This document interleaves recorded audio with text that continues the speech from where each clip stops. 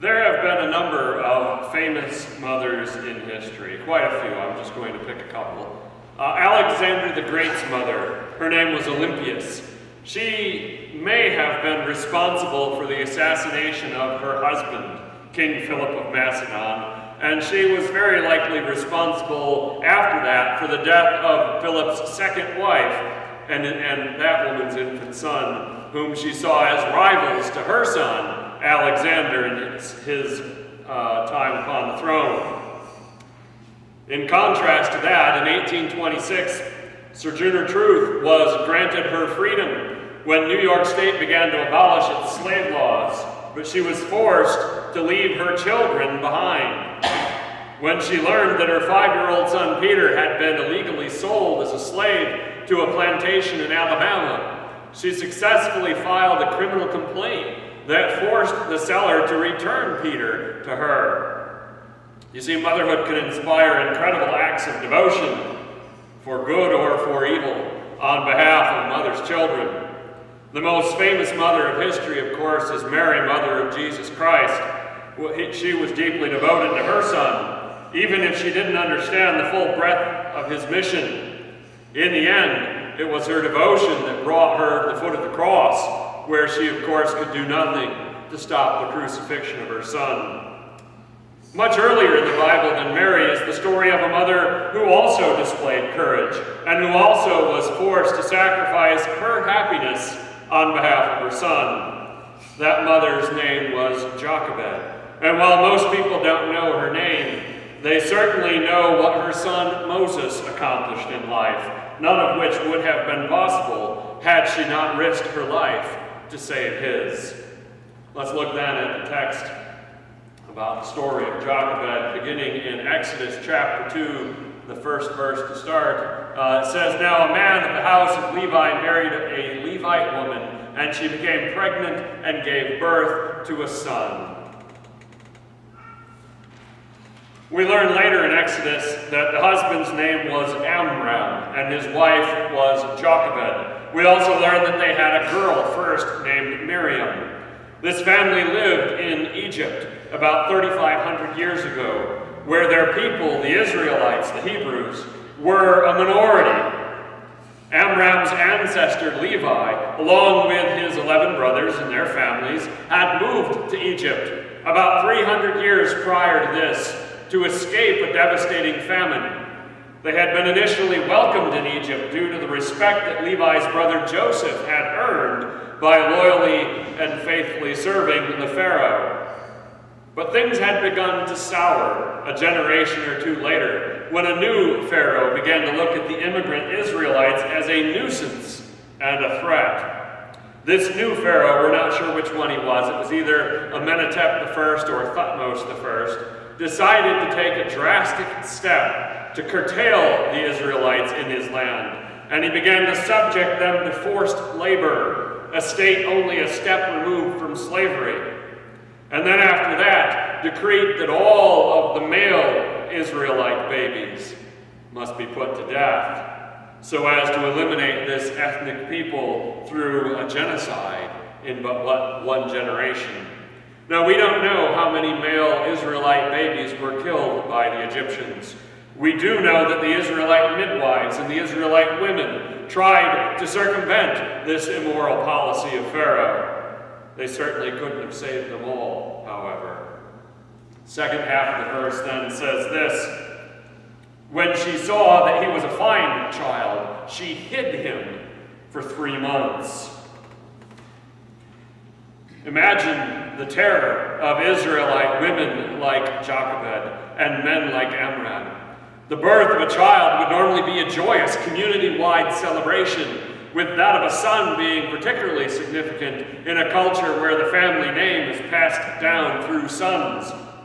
Instead, the words, "It's a boy," are a dagger in Jochebed's heart as the midwife hands her son to his exhausted mother, all now wondering what will happen next. We know that to give a child up for adoption, even under difficult circumstances for that child's own good, is no small decision, and a heart-wrenching one for most. but to give up a newborn child to be killed simply because of his gender. It seems unthinkable in its inhumanity, and yet in our own lifetimes, millions, untold millions of Chinese families chose to abort their daughters or give them up for adoption because of their government's immoral one-child policy. Amram and Jochebed made the dangerous and courageous decision instead to hide the child. Now that's a short-term solution at best. How long can you hide a child in a densely populated country? How long can you pretend to have 2 daughters and no son? If caught, Amram and Jochebed would have been punished. We don't know how severely, but it certainly means that their son would have then been murdered. In essence, their boy is in the same situation as Anne Frank, only safe as long as he remains hidden from prying eyes. In normal times, an Israelite male baby would have been circumcised on the 8th day and given a name. This would normally be a time of celebration, but this boy's family must have held the ceremony in secret. Jewish tradition records several possible names that the boy might have been given, including that of Tov, which means good, and was supposedly the name that Jochebed chose for her boy. But this hidden boy would be known to history by a name that will only make sense after he's found. The 3rd verse says this, "But when she could hide him no longer, she got a papyrus basket for him and coated it with tar and pitch. Then she placed the child in it and put it among the reeds along the bank of the Nile." Desperate times call for desperate measures, but this plan seems like a long shot at best. You think about it, what could go wrong? There are far too many things that could go wrong here. What else could Jochebed have done? She has Slim and Nun as her choices. Unlike how you may have seen this portrayed in a cartoon, Jochebed did not place her son in a basket and float him down the river randomly. She purposefully placed him in the thick reeds where the basket would stay put so that it would be found, and that soon, no doubt aided by the not very quiet habits of a 3-month-old baby. Jochebed's plan was desperate. It was dangerous, but it was not a mother giving up hope. It was a mother's love for her child clinging to a tiny thread of hope. We know that throughout history, countless mothers, and no doubt fathers too, have tried all manner of desperate things to save their children from natural disasters, from war, famine, and disease. Some succeeded, most of them did not, for we live in a fallen world where death and loss are far too common. The 4th verse says, "His sister stood at a distance to see what would happen to him." Miriam was there for a reason. She had a vital part to play in Jochebed's attempt to save Miriam's little brother's life.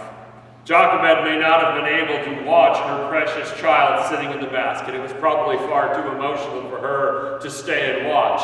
She gave that task to the boy's sister, Miriam. From what happens next, it seems like this particular spot along the river was chosen with care, in the knowledge that Egyptian women regularly bathed at this spot. Miriam's job was not to hide and report back, but to remain nearby and be ready to jump in when the right moment comes. So how much hope is there? Well, first, the child has to be found, and that seems like a reasonable thing. But he must also be found by the right person. That problem Jochebed can only leave with God and wait and pray. 5th and 6th verse say this, "Then Pharaoh's daughter went down to the Nile to bathe, and her attendants were walking along the riverbank. She saw the basket among the reeds and sent her slave girl to get it. She opened it and saw the baby. He was crying and she felt sorry for him. "This is one of the Hebrew babies," she said. So we see Pharaoh's daughter down at the river with her attendants. So is she the right person? How could you tell? Miriam would have known that she was at least an Egyptian aristocrat, somebody of wealth and importance. She's got servants with her after all. Now, as Pharaoh's daughters, two possibilities exist. Number one, she will be supportive of her father's genocide of the Hebrew people and share his bigotry, in which case she would be the worst person to find the baby. Second possibility, she may be ambivalent toward her father's policy or antagonistic toward it, in which case she might be the best person to find the baby.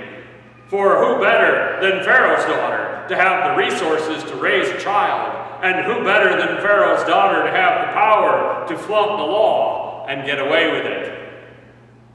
So she saw the basket among the reeds and sent her slave girl to get it. Curiosity, I think, almost guaranteed that Jochebed's plan would make it this far. Who wouldn't be curious seeing a basket in the river? Now comes the moment of truth, however. What will Pharaoh's daughter think when she sees the baby boy, and what will she do? It says that she opened it, saw the baby, saw that he was crying, and she felt sorry for him. To find a baby in a basket feels like an unexpected moment. You don't find that kind of thing every day. Now, we do know that infanticide of babies with birth defects was known in the ancient world. People did that. But this child is not a newborn, and he appears healthy enough to her eyes. Something unusual is definitely happening here. Now, I think before her brain reaches its conclusion that we see in a moment, very importantly, before that, her heart interjects with the key to everything that is about to happen, and that is simply empathy. Pharaoh's daughter, Jewish tradition calls her Bithia, and we'll use that name for the rest of the message just to make it easier. She looked at this child and saw a human life worth loving before she saw him as anything else. To Bithia, this was a child who needed her help, who tugged strongly on what we call maternal instincts and grabbed hold of her heart.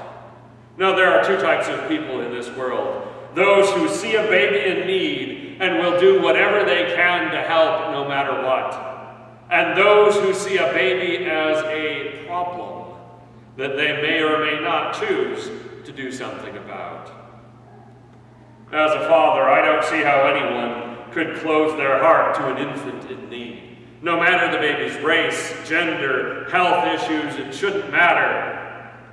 But I also know that millions of people in our world today do just that, looking at their own child as an inconvenience to be aborted, neglected, or simply left behind for somebody else to deal with.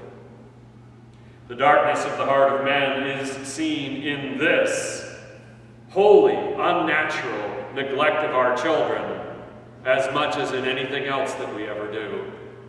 Fortunately for the baby in the Nile, Bithia felt compassion as she held that 3-month-old baby boy in her arms. Then, of course, she said, "Oh, this is one of the Hebrew babies." It didn't take long for 2 and 2 to equal 4. Who else would leave a healthy 3-month-old baby boy in a basket except someone too desperate to do anything else? In all of Egypt, no mothers were as desperate as the Hebrew mothers. To Bithia's eyes, this boy's mother clearly loved him, had cared for him as long as she could. And now, of course, she can imagine her saying a prayer that this woman would take pity on this child and not turn her over to her father's officials to be killed.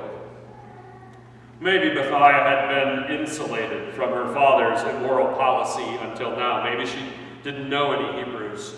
Maybe as an abstract idea, it hadn't bothered her enough to do anything about it. But now, holding this baby in her arms, Her father's law is suddenly very real. But will her compassion be enough? Without it, the baby's cause is hopeless. But will it be enough to convince Bithia to defy her father? Does she truly have the heart of a mother? The text continues with verse 7. It says this, "Then his sister asked Pharaoh's daughter, 'Shall I go and get one of the Hebrew women to nurse the baby for you?'" We don't know what Bithia would have decided had not Miriam intervened. It seems clear that Miriam is acting here on Jochebed's orders, for her question is, I think, far too shrewd for a little girl to have invented on the spot. By offering to take away the responsibility of caring for the boy while he's nursing, Miriam is eliminating any practical objections to doing the right thing.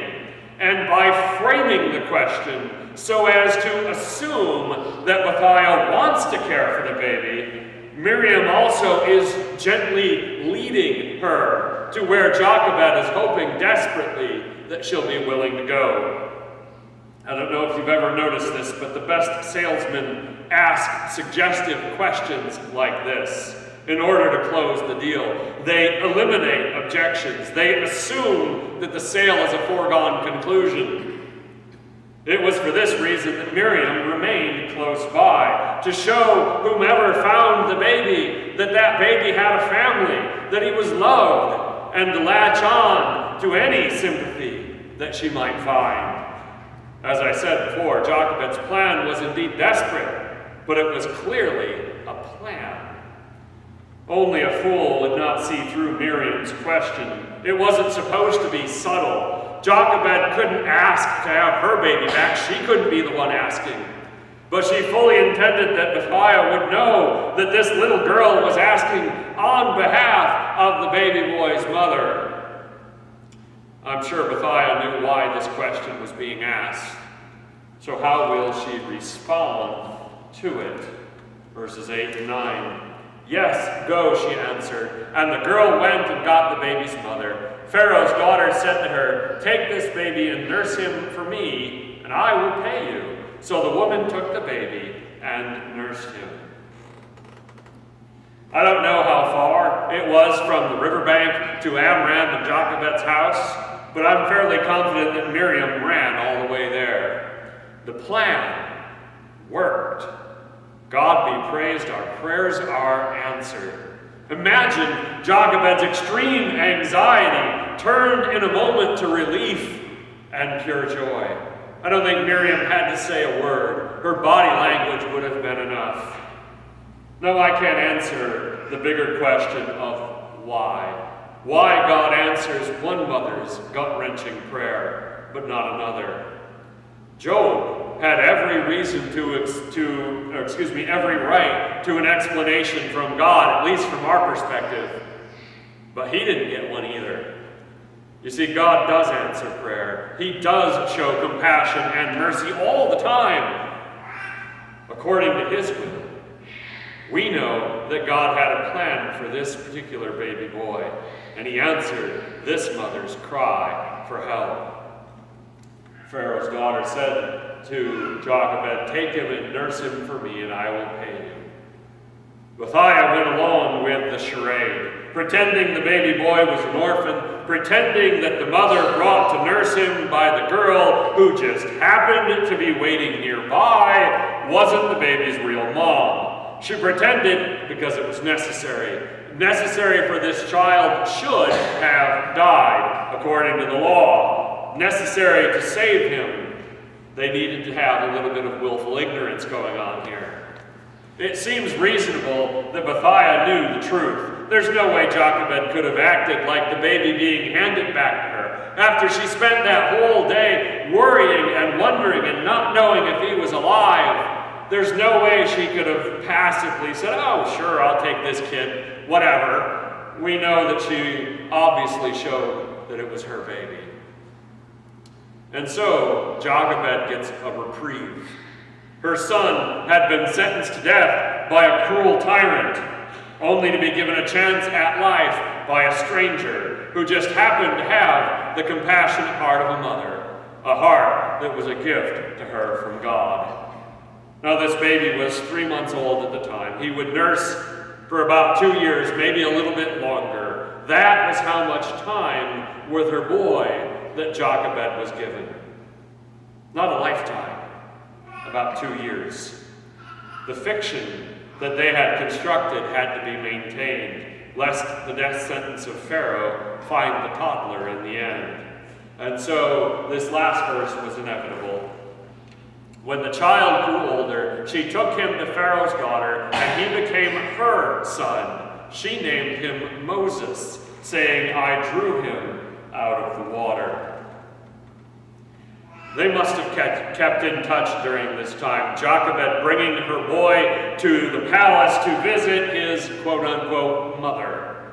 To continue to keep him safe, Jochebed had to make a sacrifice again by letting him go and saying goodbye. This time she knew that he would be well cared for, even loved, but this time she also knew that there would be no further reprieve. Her boy would now be raised by another, would call another woman Mom.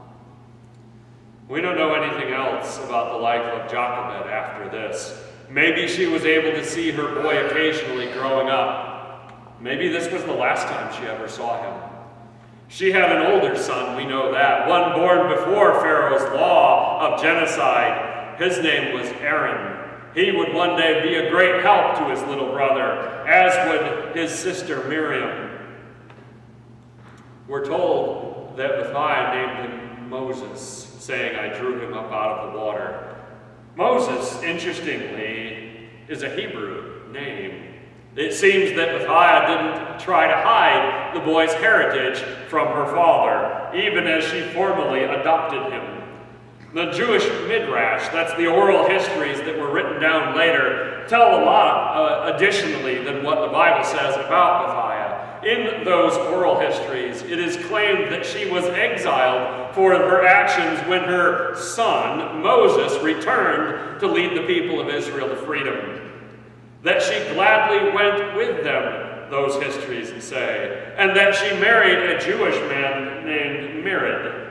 Those same traditions honor Moses' adoptive mother, placing her alongside Hagar, Zipporah, which is Moses' wife, Rahab and Ruth, among the righteous foreign women, honored by God for their faithfulness. Doesn't really matter if all of those extra details about Bithia are 100% accurate. What we do know is sufficient. We know that Moses had two amazing moms. One who gave birth to him and risked her life to protect him, and one who found him unexpectedly, had compassion on him, and chose to love him as her own. For Moses, Mother's Day was special indeed.